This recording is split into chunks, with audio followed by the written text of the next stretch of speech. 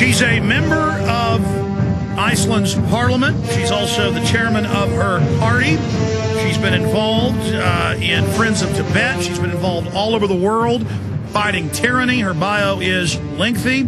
Her name is Birgitta Jonsdottir, or Daughter of Jones, and we are very honored to have her joining us via video Skype from the capital of Iceland. She is with us for the next 52 minutes, and we really appreciate her coming on in her busy schedule. We'll give you the party's website and a lot more information.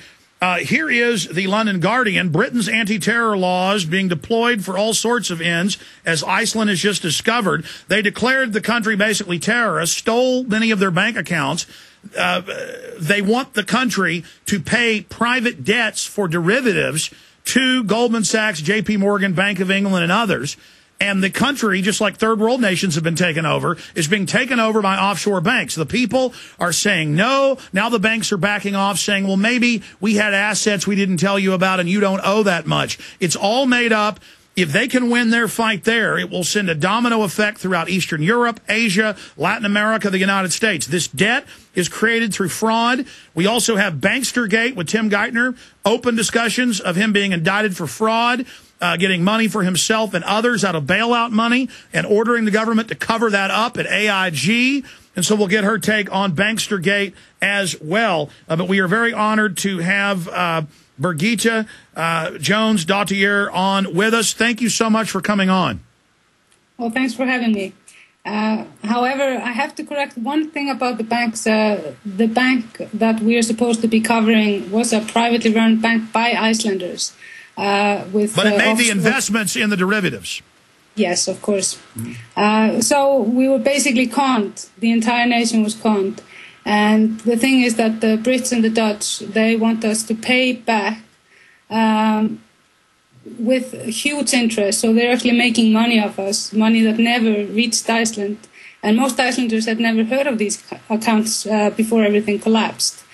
And they put the anti-terrorist law on us, almost like guinea pigs, because they had not tried to use that particular Terror Act law.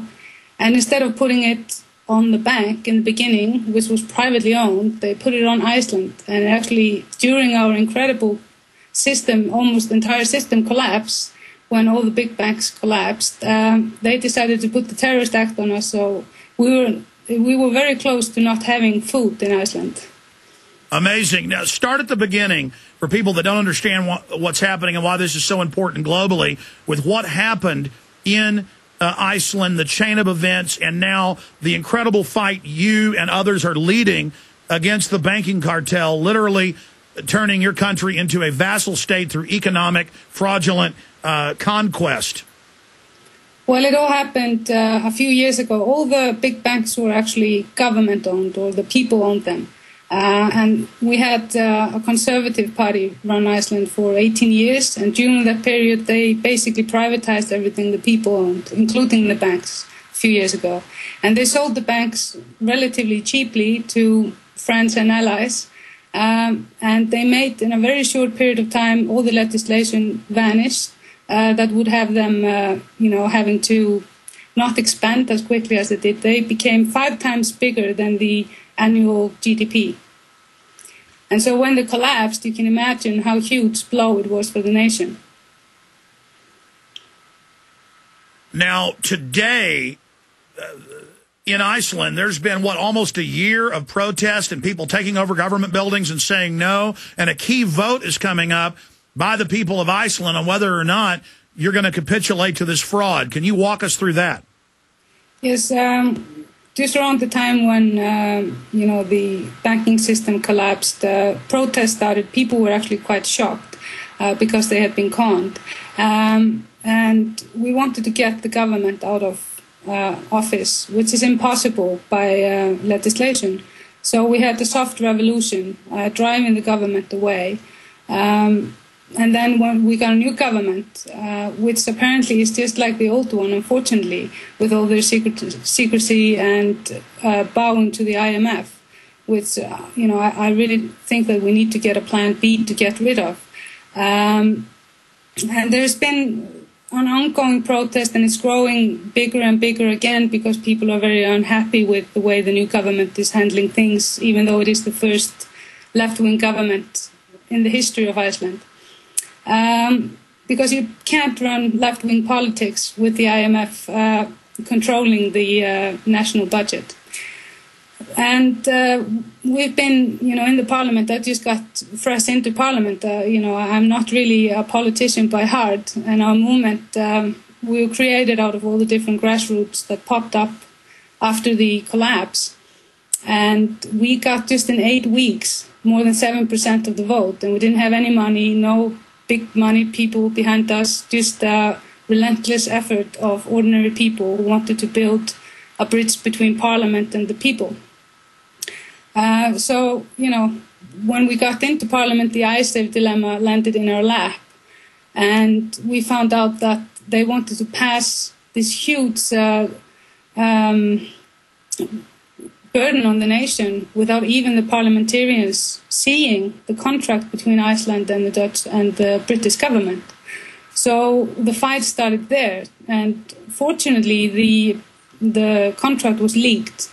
And that has been a great blessing for us, that so much of the material they wanted to hide from us and the nation has been leaked on sites like WikiLeaks and into the media in Iceland. However, we managed to change the contract this summer, which was actually a totally unique and a new way also for other nations that are suffering from, spending all their national budget, all the GDP on just paying interest of foreign debt. So in the changes on the bill, we managed to put in that we would never pay more than we could handle. And of course the British and the Dutch did not like that, and they demanded that we would actually change Icelandic law in order for them to accept it. And our government decided to listen to them. Unbelievable that they pushed another bill through with there was a question if they would actually manage to get majority for it or not. And when they passed it during that time, which was by force, the nation got up to its feet, and 23% of the nation signed the petition asking the president of Iceland, who is the last person to sign all law, to not sign this law and let the nation vote on it. So this is the first time in Icelandic history since we voted on becoming a sovereign state when we got out of the Danish colonism in 1944. So it's truly historical, and I really hope that we will have the courage to vote no to this out of courage, but not yes out of fear. Because of course there is a great spin, and that is why it is so important for the Icelandic people to feel the support of the people of the world who are fed up with bailing out the bankers. We're talking to Birgitta Jonsdottir, a member of the Icelandic-parliment. She is also the chairman of her new party that is rising to power there as people see that they're actually standing up for the population against fraud. The population has been on the edge of near revolt. We've played those videos here of people taking over banks, government buildings, mainline families, middle class, wealthy people, working class, because literally the country was imploded by design. Food wasn't even coming in. They export and import in a lot of their food. Just absolutely hellish. So I want to go over the fact that some news reports have said 5 times your GDP that the bank went into with derivative scams. Some have said 10 times GDP. You're saying 5 times GDP. And, the actual bondage, the financial enslavement to these people, and that they were doing it all in secret, just like our banker takeover in October of 2008 was done in secret. And everything else is done in secret by these banks that form the shadow government. So can you speak to the type of hardship this has created for your country and the secrecy that these people were trying to engage in to get your country to sign on to even more tyranny? Well, what the previous government managed to do was to create a law that allowed the banks to maintain complete secrecy of, their loan books and so forth. even if now all the banks, especially the bank that controls the iSave accounts, is now taken over by the government, the parliamentarians can't, and not even the Minister of Finance has seen what is supposed to be the bond or the assets that are supposed to cover iSave. And I've asked for it from day one, since last summer, officially and unofficially, and they're just the state within the state, the liquidity committees.